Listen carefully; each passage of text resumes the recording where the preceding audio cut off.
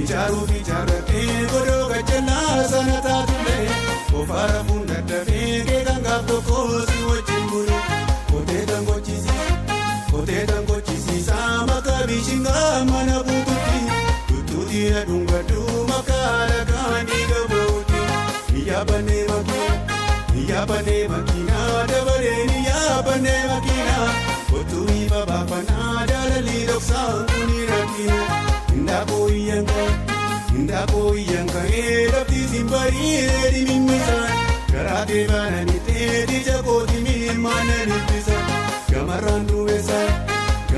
duubessaa lagarraa qilleensa tuubbisaan hin fagaatiin na biraa middootiin jirree oolatti fokkisaan.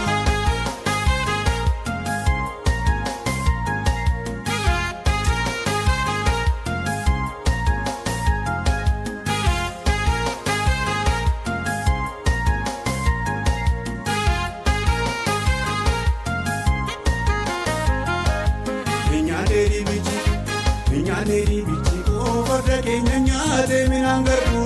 anaan maaloo dhiijettee kan si argeetoo si biiraan darbu ndeemee baangammachuu kunoo qofaasaa laga dhaabatan shurrubbaan addunnisii morma kee jalaan natti dhaamota adeeduu korbeessi koo kadoo gajjannaa mana keessanii mucayyoon hunkumbarree waggaa lamaan kanaa karma buusanii. Hayatu gabaana joo walla gabuun